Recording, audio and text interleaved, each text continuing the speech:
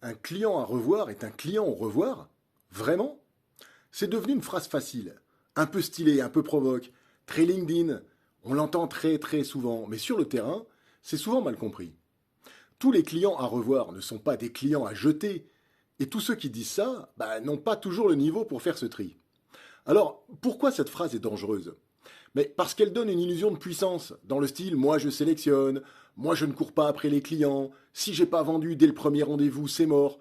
Mais dans la réalité, beaucoup utilisent ça pour masquer un problème. Un manque de relance, un manque de structure, un manque de capacité à gérer les objections. Donc, un client à revoir, c'est quoi vraiment? Déjà, ce n'est pas un client qui dit je réfléchis. C'est pas un client qui hésite, c'est pas un client qui prend du temps. Ça, c'est normal, ça peut arriver. Allez vendre une maison individuelle en one shot. Vous allez voir s'il va pas falloir le revoir, le client. Je peux comprendre que parfois, si je dois acheter une baguette de pain sur une impulsion, la première fois, ça va suffire. Mais pour des ventes à valeur ajoutée, forcément, ça peut prendre du temps. Donc, le vrai client au revoir, c'est un client qui ne respecte pas le cadre, manipule, fait perdre du temps volontairement, ne prendra jamais de décision. Là, oui, tu sors. Le problème des vendeurs moyens, c'est qu'ils abandonnent trop tôt.